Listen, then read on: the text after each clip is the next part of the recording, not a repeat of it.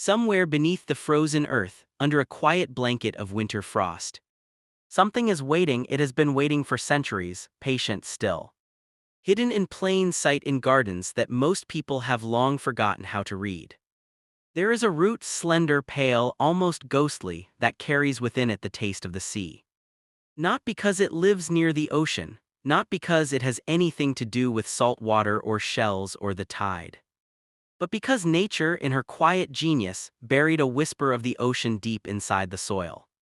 This root has a secret, and that secret has a name. It is called Salsify. And it is known, to those few who still remember, as the vegetable oyster. For centuries it fed ancient Greeks and Romans, it graced the tables of European royalty. And then slowly the modern world moved on and forgot it entirely, but nature did not forget. Every winter, Salsify grows sweeter under the frost. Every cold season it sits in the earth, quietly nourishing itself, waiting for someone patient enough to find it. Today we are going to find it together. We will uncover its history, unlock its flavor, explore its remarkable health benefits, and walk through exactly how to grow and enjoy this forgotten heirloom. Even in the smallest of winter gardens, let us begin where Salsify begins in the ancient world. Salsify, known botanically as Tragopagan porifolius, is a member of the daisy family. Its name comes from Old Italian and Latin roots meaning to follow the sun. Because its flowers, like those of its wild cousins, track the light across the sky. The ancient Greeks knew this plant, the Romans cultivated it. Medieval European gardeners grew it with the same familiarity we give to carrots and onions today. By the 16th and 17th centuries, Salsify was deeply established across France, Italy, England, and Spain. It moved with settlers into the Americas, where it found its way into kitchen gardens and seed catalogs throughout the 1800s. And then quietly, without announcement, it disappeared. Modern agriculture moved toward speed, toward uniformity, toward vegetables that could be harvested by machine. Stored in warehouses and shipped across continents, Salsify did not fit that world. It grows slowly, it asks for patience, it rewards only those who are willing to wait.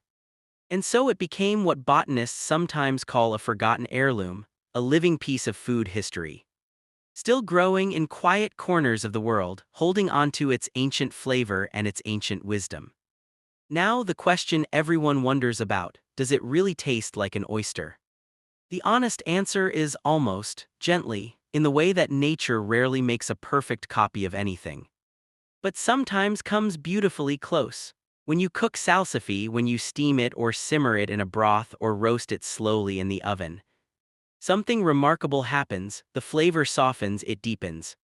And there, beneath a subtle sweetness that reminds you of artichoke hearts and the faintest whisper of asparagus, you find it, a mineral quality, a quiet, briny depth, something your palate recognizes before your mind quite understands why.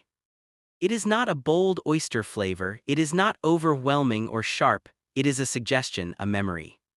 The way the sea smells from a hillside a mile away, some people taste it immediately.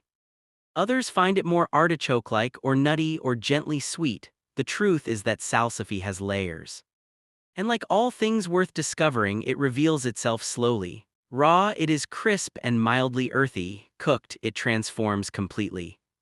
Silky, tender, complex in a way that very few root vegetables manage to be. And here is where winter becomes part of the story, because Salsify does not just survive frost, it actually needs it. When the temperatures drop and the ground begins to harden, something changes inside the root. The starches begin converting to sugars, the flavor deepens, the texture becomes more refined. The cold is not Salsify's enemy, it is Salsify's teacher. This is the magic that nature hides in the winter garden. While most vegetables retreat, wither, or demand protection, Salsify leans into the cold. It gets better. And it can remain in the ground all through autumn and winter, available to you whenever you choose to harvest it. This is why Salsify is so perfectly suited to the patient gardener, the one who thinks in seasons rather than weeks. The one who loves the idea of walking out into a cold winter garden, pushing a fork gently into the frost-touched soil, and pulling up something extraordinary that has been quietly perfecting itself underground since summer. There is something deeply satisfying about that, something almost meditative. Let us talk about growing it because salsify is far easier than most people expect. It begins with soil. Salsify grows a long, tapered root, sometimes reaching 12 to 16 inches deep. And it needs loose, deep, well-drained soil to develop properly. Think of the conditions you would give to a parsnip or a deep-rooted carrot. Sandy loam is ideal. If your soil is heavy or clay-rich, loosen it deeply before sowing. And consider raised beds or large, deep containers. Salsify loves full sun. Give it at least 6 hours of direct light each day and it will reward you generously.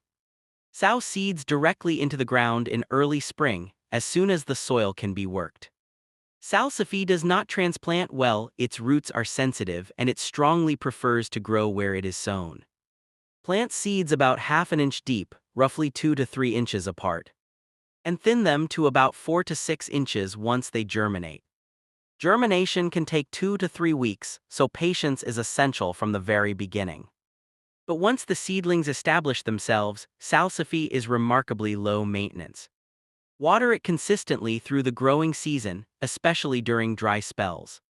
But do not overwater. Salsify dislikes waterlogged roots.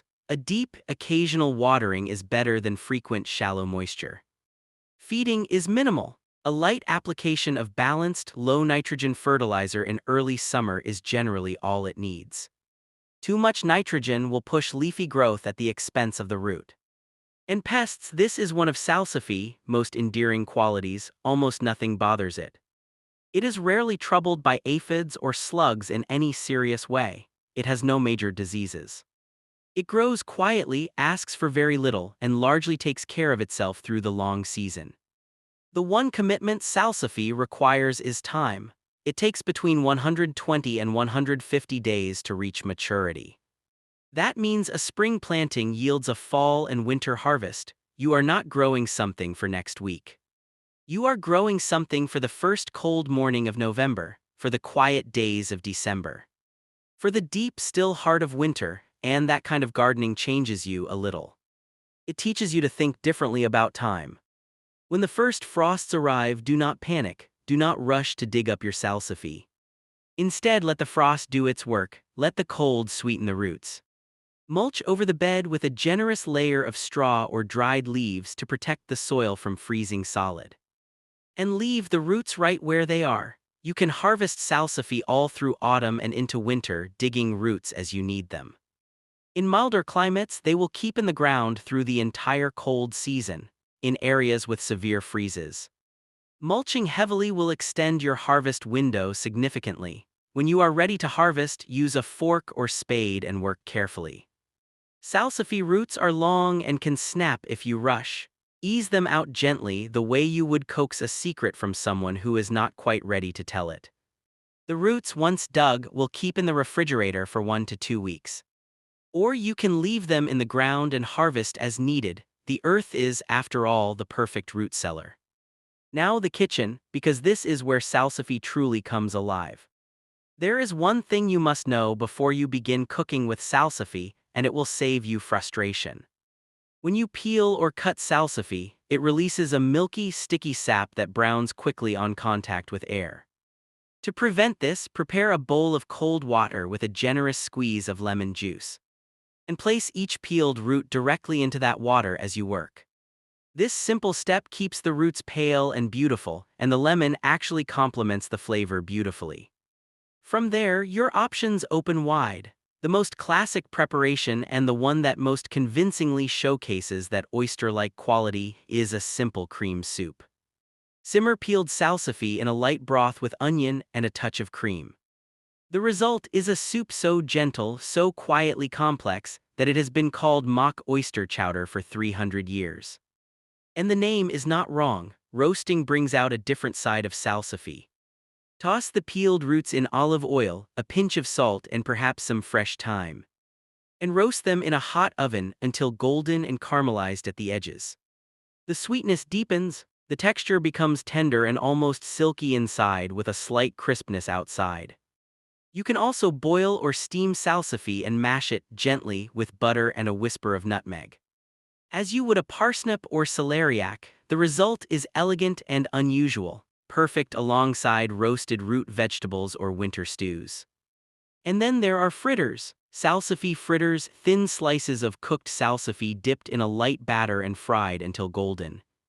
Were considered a delicacy across Europe for centuries. They carry that faint mineral sweetness beautifully. And the crispy exterior makes them completely irresistible. Do not overlook the leaves either. The young, tender leaves of salsify can be used like leeks or asparagus, lightly sautéed, added to soups, or eaten raw in early spring salads. Nothing goes to waste in a salsify garden. Let us talk about what salsify does for your body, because this quiet root is quietly remarkable. Salsify is high in dietary fiber, which supports healthy digestion, steady energy levels, and long-lasting fullness.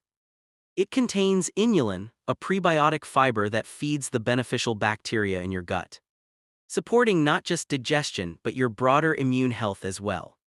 It is rich in potassium, comparable to a banana, which supports healthy blood pressure and proper muscle and nerve function. It contains meaningful amounts of iron, which supports healthy red blood cells and sustained energy. Salsify also provides vitamin C, particularly valuable in winter months when fresh vegetables are scarce and immune support matters most.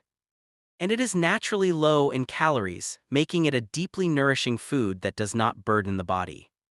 In an age when we are rediscovering fermented foods and gut health and the wisdom of eating close to the earth, salsify feels less like a forgotten vegetable and more like a quiet answer to questions we are only now beginning to ask. If you are a container gardener or working with limited space, salsify is absolutely worth exploring. Choose deep containers at least 12 to 16 inches deep, filled with a loose, well-draining potting mix. Give them full sun, water consistently but not excessively, and watch as this ancient root quietly goes about its slow, beautiful work. For off-grid gardeners and those building more self-sufficient gardens, salsify is an almost ideal crop. It stores in the ground through winter. It asks for almost nothing in the way of inputs or attention.